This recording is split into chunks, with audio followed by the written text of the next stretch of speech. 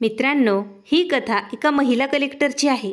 ती तिच्या जबाबदाऱ्या पूर्ण करत असताना रात्री 10 वाजता वेशभूषा बदलून स्कूटीवर जात असते। ती तिच्या क्षेत्रातील प्रशासन आणि कानून व्यवस्थेच्या वास्तविक स्थितीला समजून घेण्यासाठी हे पाऊल उचलते। ही सत्य घटना तेव्हाची आहे जेव्हा ती महिला कलेक्टर, तिचं नाव अमृता आहे। अमृता छत्तीसगडमधील एका जिल्ह्यात नुकतीच नियुक्त झाली होती। ड्युटीवर जॉईन होताच तिसऱ्या दिवशी अमृताने विचार केला, रात्रीच्या वेळी कोणालाही न सांगता आपल्या क्षेत्राचे निरीक्षण करावे। तिने तिच्या चेहऱ्यावर मास्क लावला, साधा पंजाबी ड्रेस घातला आणि तिची स्कूटी घेऊन ती निघाली। जेव्हा ती एका सुनसान रस्त्यावर पोहोचली तेव्हा तिथे तिला काही पोलीस कर्मचाऱ्यांनी हात दाखवून थांबवले। अमृताने तिची स्कूटी थांबवली। पोलिसांनी तिला गाडीचे कागदपत्र मागितले। जेव्हा तिने गाडीचे कागदपत्र नाहीत असं सांगितलं तेव्हा मागे उभे असलेला पोलीस कर्मचारी, जो दारूच्या नशेत गुंग होता, तो शिपायाला इशारा करत म्हणाला, तिला माझ्याकडे पाठव। शिपाई अमृताला म्हणाला, तुला साहेब बोलवत आहेत, त्यांच्याकडे जा। अमृताने उत्तर दिलं, जर त्यांना काही चेक करायचं असेल तर त्यांना स्वतः इकडे यावं। हे ऐकून शिपायाने घाण शब्दांचा उपयोग करून तिला बाजारू स्त्री म्हणून टोमणे मारले। धंदा करायला निघाली आहेस का? जा, तुला साहेब बोलवत आहेत। अमृता गप्प पोलीस अधिकाऱ्याकडे गेली। मास्क लावल्या कारणाने पोलीस अधिकाऱ्याने तिला ओळखले नाही। त्याने अमृताला तोंडावरील मास्क काढायला सांगितलं। अमृताने नकार दिला तेव्हा पोलीस अधिकारी रागात म्हणाला, तोंडावरचा मास्क काढ। मास्क काढल्यानंतरही पोलीस अधिकाऱ्याने अमृताला ओळखले नाही। त्याने तिला वरून खालपर्यंत विचित्र प्रकारे पाहिले। गाडीचे डॉक्युमेंट नसतील तर तुम्हाला फाईन भरावा लागेल। अमृताने विचारलं, किती फाईन आहे? पोलीस अधिकारी म्हणाला, 5,000 रुपये। अमृता शांत स्वरात म्हणाली, एवढा जास्त फाईन?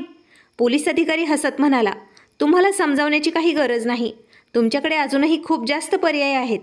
तुझी स्कूटी इथे सोड आणि दुसऱ्या गाडीने घरी जा। हवं तर तुला पोलिसांची गाडी भेटेल, तू पोलीस स्टेशनमध्ये जा आणि नंतर घरी जा। अमृता म्हणाली, थोडंसं लवकर मला घरी जाऊ द्या। यावर पोलीस अधिकारी विचित्र शब्दात म्हणाला, जे काम तू बाहेर करण्यासाठी जात आहेस ते काम तू इथेही करू शकतेस। सर्व व्यवस्था केलेली आहे, गाडीत बसून चल, तुला 1 रुपया देण्याची गरज नाही। शांतपणे गाडीत बस। अमृता तिच्या रागावर नियंत्रण ठेवू शकली नाही। तिला वाटत होतं आत्ताच त्याला बोलावं, पण तिने स्वतःला समजावले।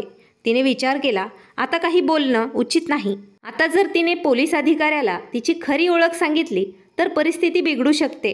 असू शकतं जेव्हा समोरच्याला समजेल ती कलेक्टर आहे तेव्हा तो भीतीने शांत होईल, नाहीतर अजून जास्त आक्रमक होईल। त्याने जर नकारात्मक प्रतिक्रिया दिली तर त्याच्यासाठी हे खूप वाईट ठरलं असतं। अमृताने समजदारी दाखवत तिचा परिचय न देण्याचा विचार केला। तिने विचार केला, शांतपणे त्याचं बोलणं ऐकून घेणे यातच शहाणपणा आहे। तेव्हाच तर पोलीस अधिकारी जागेवरचा उठला। त्याने अमृताच्या खांद्यावर हात ठेवला आणि तिच्या खांद्यावर विचित्र स्पर्श तो करत होता। हे पाहून अमृताने एका झटक्यात त्याचा हात खांद्यावरून ढकलला। ती दूर झाली। अमृता अतिशय घाबरली होती, पण तिच्या मनात एकदाही विचार आला नाही की तिने तिची खरी ओळख त्या पोलीस अधिकाऱ्याला सांगावी। सुशिक्षित असल्याकारणाने तिला माहीत होतं, सत्य सांगण्याची ही योग्य वेळ नाही। तिने विचार केला, आता काहीही होऊ शकतं, चांगलं होईल मी लवकरात लवकर इथून निघून जावं, त्यानंतर जे काही होईल ते पाहता येईल। अमृताने काहीही विचार न करता तिथून धावत पळायला सुरुवात केली। धावत धावत ती खूप दूर निघून आली। दूरूनच पोलीस अधिकारी ओरडला, तुझी स्कूटी पोलीस स्टेशनमध्ये जमा करत आहोत आम्ही, तुला तुझी गाडी तिथेच मिळेल, तुला गाडी घेण्यासाठी नक्कीच तिकडे यावं लागेल। एवढं बोलून तो पोलीस अधिकारी खुर्चीवर बसला। त्या पोलीस अधिकाऱ्यासाठी हे सर्व काही खूप सोपं होतं। त्याने विचार केला, काम झालं तर ठीक, नाही तर काही नाही। अमृता धावत धावत खूप पुढे आली। तिच्याकडे आता स्कूटी नव्हती। ती विचार करत होती ड्रायव्हरला कॉल करून गाडी मागवून घ्यावी, अन्यथा प्रशासनाला सूचना दिली जावी। जेव्हा ती रोडवरून जात होती तेव्हा तिला रोडच्या कडेला एक पाणीपुरीवाला मुलगा दिसला। तो त्याची दुकान बंद करत होता। थंडीचे दिवस होते आणि रात्रीचे 10 वाजून गेले होते। रस्त्यावर शांतता पाहून असे वाटत होते खूप उशीर झाला आहे। अमृता खूप घाबरलेली होती। ती त्या मुलाजवळ गेली। ती हळू आवाजात म्हणाली, माझ्यासोबत पोलीस कर्मचारी गैरवर्तन करत आहेत। मुलाचं नाव संकेत होतं। त्याने अमृताकडे व्यवस्थित पाहिलं आणि तो म्हणाला, मॅडम इथे दररोज असेच होते, त्यात काही नवीन नाही। तो पोलीस अधिकारी खूप वाईट माणूस आहे। अमृता म्हणाली, तिला खूप दूर जायचं आहे, तिला जायचं ती जागा तिथून 20 किलोमीटर दूर होती। संकेत अमृताला म्हणाला, तुम्हाला माझ्यावर विश्वास असेल तर मी तुम्हाला तिथे नेऊन सोडू शकतो, कारण यावेळी तुम्हाला इथून गाडी भेटणार नाही। मी माझ्या मित्राची बाईक घेऊन येतो. अमृता संकेतकडे लक्षपूर्वक पाहत होती. ती विचार करत होती, या मुलावर तरी विश्वास ठेवावा की नाही. तिच्याकडे दुसरा पर्याय नव्हता. त्यामुळे तिने त्याला होकार दिला. संकेतने अमृताला त्याच्यासोबत चालायला सांगितलं. दोघं पायी चालत होते. संकेतने पोलीस कर्मचाऱ्यांचं क्षेत्र येण्याअगोदर रस्ता बदलला. पोलिसांना पाहून तो दुसऱ्या मार्गाने गेला. थोडा दूर गेल्यानंतर तो एका छोट्याशा घरासमोर थांबला. त्याने दरवाजा उघडला आणि अमृताला म्हणाला, तुम्ही इथे बसा, मी बाईकची व्यवस्था करून येतो. अमृता त्याला थांबवत म्हणाली, 1 मिनिट थांब. इथे तू एकटा राहतो का? तू काय काम करतो? संकेत अमृताच्या प्रश्नांवर हसत म्हणाला, मी बिहारचा रहिवासी आहे. मी इथे पाणीपुरी विकतो. माझं लग्न अजून झालेलं नाही.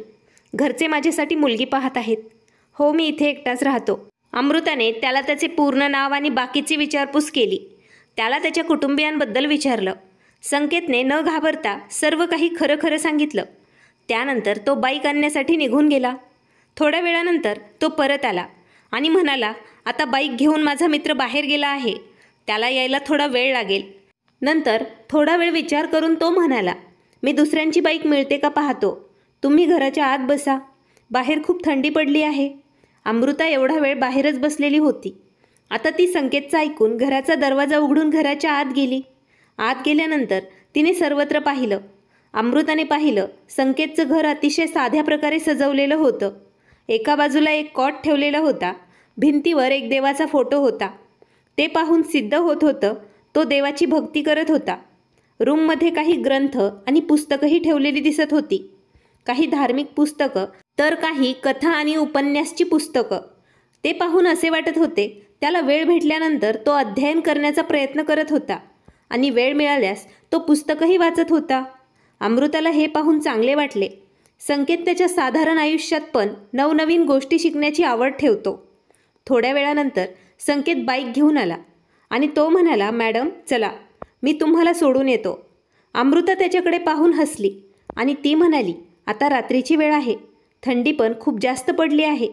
त्यामुळे माझी तब्येतही बिघडू शकते आणि तुझीही तब्येत बिघडू शकते. काही जास्त प्रॉब्लेम झाला तर? इथे राहण्याची काही व्यवस्था होत असेल तर मला इथे राहणे योग्य वाटतंय. संकेत थोडा अडखळत म्हणाला, मॅडम तुम्ही इथे कसं काय राहू शकता?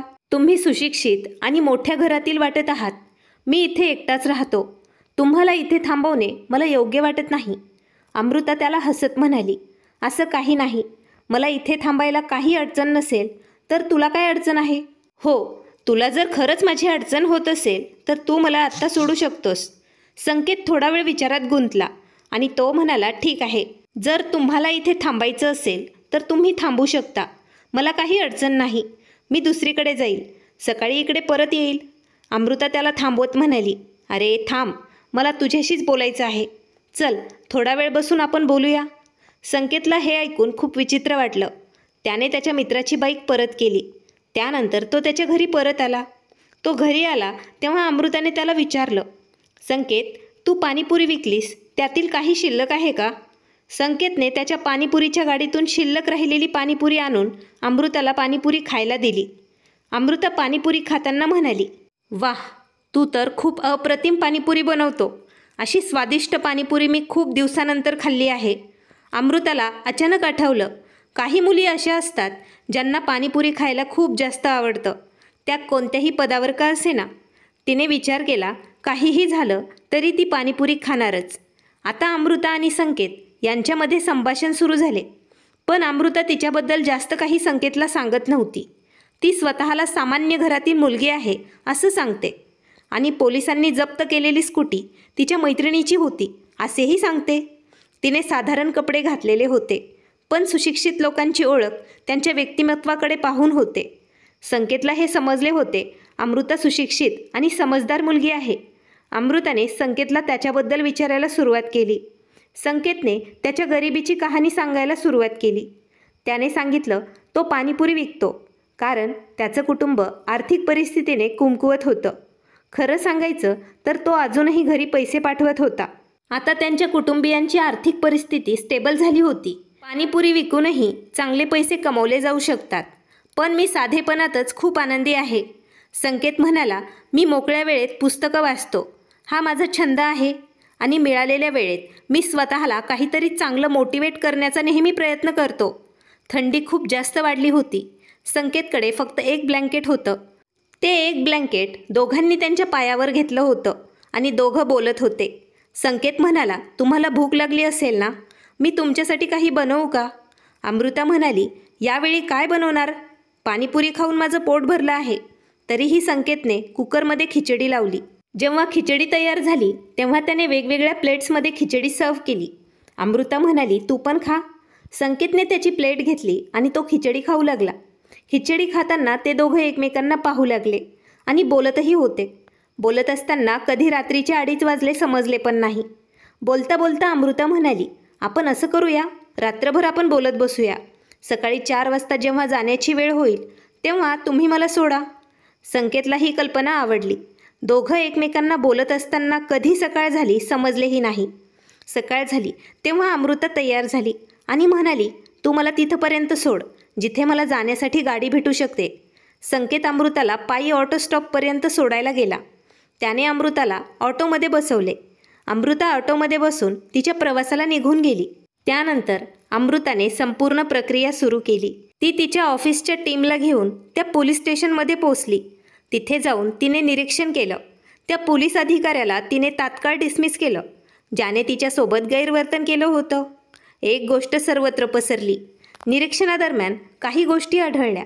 त्या पोलीस अधिकाऱ्याला नोकरीवरून डिसमिस करण्यात आले. ही गोष्ट एका महिला डीएमचीच नसून त्या कर्तव्यनिष्ठ, एकनिष्ठ, प्रामाणिक ऑफिसरची आहे, जी तिच्या पदावर पोहोचताच योग्य निर्णय घेऊ शकते. अमृताने हे साध्य केलं.